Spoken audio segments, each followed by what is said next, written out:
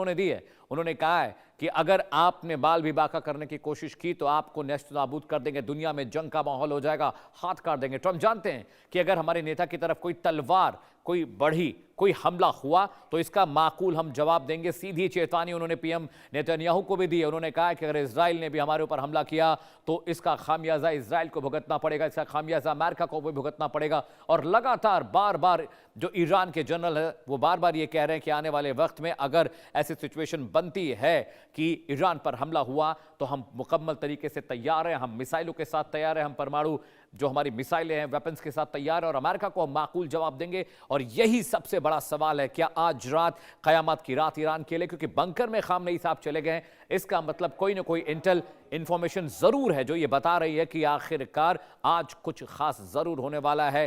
क्या कोई हवाई ऑपरेशन होगा, क्या ईरान पर आज बड़ा हमला होने वाले। इस बीच अमेरिकी राष्ट्रपति ट्रंप ने सिर्फ ईरान को तबाह करने की धमकी नहीं दी है, बल्कि मिडिल ईस्ट में अमेरिका के सबसे भरोसेमंद दोस्त इजराइल भी ईरान के साथ दहाड़ा है। वो भी कंधे से कंधा मिलाकर खड़ा है क्योंकि वो भी चाहता है कि हमला हो। इस बीच पीएम जो नेतन्याहू हैं उन्होंने भी साफ साफ कह दिया है कि हम एक ऐसा अभूतपूर्व हमला करेंगे कि इतिहास इन्हें याद रखेगा। नेतन्याहू ने भी कसम खाई है कि ईरान को भस्म कर देंगे। इजराइल पीएम नेतन्याहू ने ईरान को सीधी चेतावनी दी। उन्होंने कहा है कि ईरान को तबाह करने की साफ धमकी मैं दे रहा हूं और अगर हमला होता है तो ये भूल बहुत भारी होगी, इसकी बहुत बड़ी कीमत चुकानी पड़ेगी। इजराइल के हमले का असर ईरान पर लंबे वक्त तक रहेगा, उसका भविष्य बदल जाएगा, उसकी ज्योग्राफी बदल जाएगी। उन्होंने कहा कि जैसा किसी ने नहीं देखा होगा ऐसी हालत हम ईरान की करने वाले, ईरान की हर हरकत पर बारीकी से हम नजर रख रहे हैं, उसे मॉनिटर कर रहे हैं और हम कोई भविष्यवाणी नहीं कर रहे हैं। लेकिन ईरान पर जब हमला हुआ तो उसका भविष्य किसी लायक नहीं बचेगा और हमले के बाद ऐसा माहौल वहां पर होगा, ऐसा मंजर होगा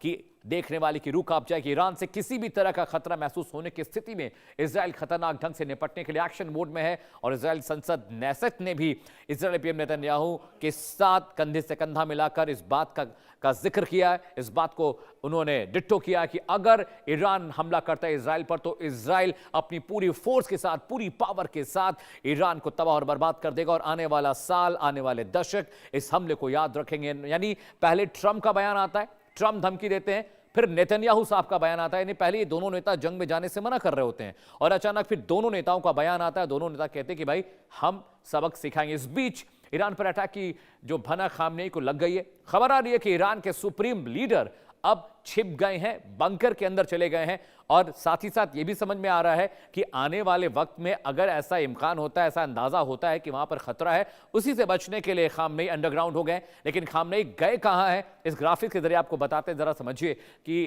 खामनेई साहब का ये हाइड आउट कहां है जहां पर हमले की आशंका की बीच खामनेई एक बंकर के अंदर छिपे जो बिल्कुल अंडरग्राउंड बना हुआ है और वहां पर ना तो मिसाइलें उसे भेज सकती हैं, ना तो किसी भी तरह का जो परमाणु हथियार के अलग अलग जो फेजेस होते हैं वो वहां पर पहुंच सकते हैं, ना तो किसी भी तरह का बायोलॉजिकल वेपन उन्हें मार सकता है। अमेरिका और इजराइल की ईरान को सीधी वार्निंग है। उन्होंने कहा कि अब अगर आपने कुछ किया तो हम आपको घुसकर मारेंगे। और खबर आ रही है कि उसके बाद खामनेई अंडरग्राउंड हो गए।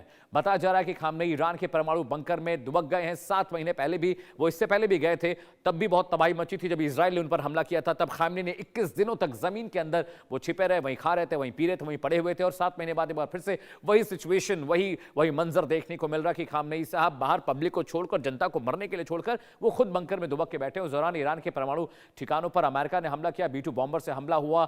इजराइल ने दनादन मिसाइलें दागी उन इलाकों में जहां पर ईरान का एटॉमिक रिएक्टर्स थे, जहां पर उनके यूरेनियम एनरिचमेंट के प्रोग्राम्स चल रहे थे। और उस वक्त भी खामनेई साहब अपनी रिवोल्यूशनरी आर्मी के साथ दुबक के बंकर के अंदर बैठे हुए थे। बाहर जनता मर रही थी, पब्लिक मर रही थी, लोग परेशान थे, हताश थे, लेकिन खामनेई साहब खुद को बचाते हुए बंकर के भीतर चले गए थे। एक कायर नेता की जितनी निशानियां हैं, जितने लक्षण हैं वो खामनेई में दिखाई देते हैं। पब्लिक की चिंता इनको नहीं है, इनको सिर्फ अपनी चिंता है क्योंकि इनकी सुरक्षा के लिए इनके गार्ड्स हैं। खामनेई परमाणु बंकर के अंदर छिप तो गए हैं, लेकिन कब तक छिपे रहेंगे, कब तक वहां बचे रहेंगे, ये भी बहुत बहुत अहम सवाल है। और तस्वीरें भी हम आपको दिखा रहे हैं। ट्रंप ने कहा था कि ईरान में अब नई लीडरशिप का वक्त आ गया है और नई लीडरशिप का मतलब होता है कि वहां पर अब नई सरकार आएगी, तभी वहां की चीजें बेहतर हो पाएंगी। जी हाँ, अमेरिका और इजराइल की ईरान को सीधी वार्निंग है। उन्होंने ये बात कही है कि अगर आने वाले वक्त में खामनेई नहीं मानते, बातचीत के जरिए चीजें ठीक अगर नहीं होती हैं तो हम कार्रवाई करेंगे। और हम आपको बता भी रहे हैं इस ग्राफिक के जरिए कि कैसे अब खामनेई साहब एक बंकर के अंदर छिप गए हैं। 7 महीने पहले भी बंकर के अंदर वो गए थे और वहां पर वो परेशान थे। उसके बाद वहां पर मामला थोड़ा शांत होता है, फिर वो बाहर आते हैं, लेकिन वो फिर से दुबक गए हैं, फिर से अंदर छिप गए, क्योंकि उनको डर है कि अमेरिका इजराइल उन पर हमला कर सकता है। अमेरिका और इजराइल की ईरान को लेकर जो रणनीति है, सीधी वार्निंग के बाद अब जो खामनेई है वो अंडरग्राउंड हो गए हैं। बताया जा रहा है कि खामनेई ईरान के परमाणु बंकर में दुबक गए। 7 महीने पहले भी खामनेई छिपे हुए थे, अब वो फिर से घुस गए हैं वहां पर और 21 दिनों तक इससे पहले जमीन में छिपे थे। वहां खाने पीने का पूरा इंतजाम था, उनकी पूरी सिक्योरिटी थी। लेकिन बड़ी बात यह कि उस दौरान ईरान के परमाणु ठिकानों पर अमेरिका ने खूब सारे अटैक किए थे और बार बार यह ऐसा लग रहा था कि शायद जो खामनेई साहब हैं वो भी जख्मी हुए हैं, शायद वो मर गए। लेकिन वो आदमी जमीन के काफी अंदर, करीब 60-70 फीट अंदर एक बंकर बना है, वहां पर ये छिपा हुआ था कि अगर परमाणु हमले होते हैं तो उसको कोई दिक्कत ना हो। लेकिन बड़ा सवाल यही है कि जनता को छोड़कर, पब्लिक को छोड़कर आप खुद को बचा रहे हैं। जनता भूखी प्यासी है, बाहर दंगे हो रहे हैं, सूखा पड़ा हुआ है, नौकरियों की कमी है, इन्फ्लेशन अपने ऑल टाइम हाई पर है, इंडस्ट्री खत्म हो गई है, क्रूड की रिफाइनरीज तबाह और बर्बाद हो गई। लेकिन आप क्या कर रहे हैं? आप परमाणु बम बना रहे हैं, आप एटॉमिक एनरिचमेंट प्रोग्राम में लगे हुए हैं। आपको अपनी जनता की फिक्र नहीं है, आपको पब्लिक की वेलफेयर की चिंता नहीं। आप आते हैं, अमेरिका को धमकाते हैं और फिर चले आते हैं। और आपके जो जनरल साहब हैं उनसे भी कोई सरोकार देश से नहीं। वो कह रहे हैं कि अगर खामने की तरफ कोई हाथ बढ़ा तो उसको काट दिया जाएगा, दुनिया में वो आग लगा देंगे। लेकिन कुछ समझ में नहीं आ रहा है कि अमेरिका इजराइल इतने कमजोर मुल्क नहीं है कि आप उसको धमकाएंगे तो आपकी धमकी में वो आ जाएगा। लेकिन बड़ी बात यह भी है कि कम से कम एक डर तो जरूर अमेरिका और इजराइल को है कि अगर उन दोनों मुल्कों ने हमला ईरान पर किया तो बहुत मुमकिन है कि अपनी मिसाइलों के जरिए परमाणु वेपन्स का जो एक जखीरा अभी भी छिपाकर ईरान ने रखा है वो फायर होगा, उसका मुंह अमेरिका इजराइल की तरफ होगा। और ये सबसे खतरनाक सिचुएशन है, क्योंकि अगर इंटरसेप्टर्स ने एक भी मिसाइल मिस कर दी, एक भी एटॉमिक वेपन अमेरिका की किसी भी खित्ते में, किसी इलाके में गिर जाता है, इजराइल किसी इलाके में गिरता है, तो तबाही बहुत खतरनाक होगी, मंजर बहुत खतरनाक होगा। और वो देखने और समझने के लिए आपकी रूह कांप जाएगी, क्योंकि जब परमाणु अटैक होता है, परमाणु हमला होता है, तो समझिए उसका इम्कान, उसका असर, उसका इंपैक्ट सिर्फ उस इलाके में नहीं होता है, उसके आसपास के जितने देश हैं, जितने राष्ट्र हैं, वहां पर भी दिक्कत होती है। और इसी बात का डर इजराइल और अमेरिका को सता रहा है। और इसीलिए जो मिडिल ईस्ट कंट्रीज हैं, चाहे सऊदी अरेबिया हो, कतर हो, तुर्की हो, ये कंट्रीज चाहती हैं कि हमला उनके ऊपर न हो। और हमला अगर होता है तो समझिए कि आखिरकार वहां सिचुएशन कैसे होगी। मेरे पीछे जो तस्वीर आप देख रहे हैं, कौन है ये शख्स? ये शकरची साहब हैं, ये ईरान के जनरल साहब हैं, जिन्होंने अभी ताज़ा धमकी दी है अमेरिका को। इन्होंने कहा है कि अगर खामनेई की तरफ कोई हाथ बढ़ा तो उसे काट दिया जाएगा। उन्होंने ये भी कहा कि अगर खामनेई को खतरा होता है तो ईरान इसका माकूल जवाब देगा और पूरी दुनिया में तबाही मचेगी, परमाणु बम से हमला होगा। और वो ये भी कह रहे हैं कि अगर अमेरिका को लगता है कि वो हमें धमकाने के बाद हम डर जाएंगे तो ऐसा बिल्कुल नहीं। लेकिन देखिए, ये शख्स ये सिर्फ और सिर्फ खामनेई की सुरक्षा के पीछे पड़ा हुआ है, उनको सिक्योरिटी देता है, पब्लिक से कोई मतलब नहीं। यही वो शख्स है शकरची, जिसके बारे में हम पिछले आधे घंटे से आपको बता रहे, समझा रहे। यही वो चेहरा है, यही वो रिवोल्यूशनरी गार्ड्स का बॉस है, जो पूरे आर्मी को वहां पर कंट्रोल करता है। और वो पूरी आर्मी दंडवत है, नतमस्तक है किसके सामने? खामनेई साहब के सामने।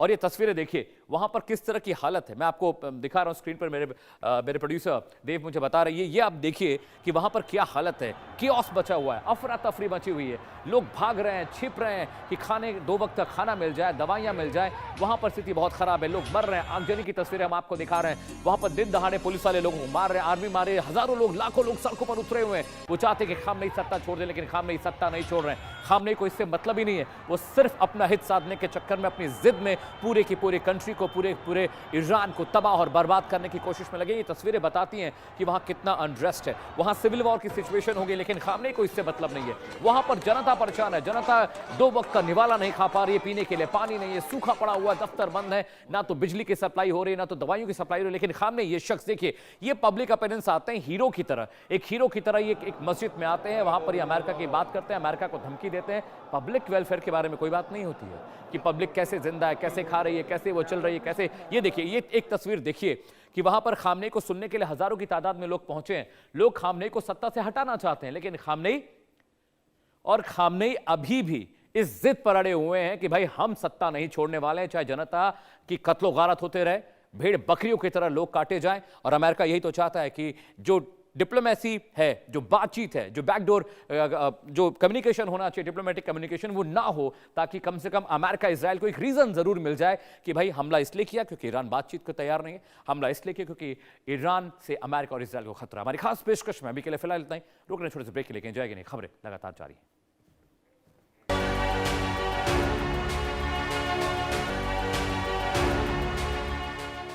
Associate sponsor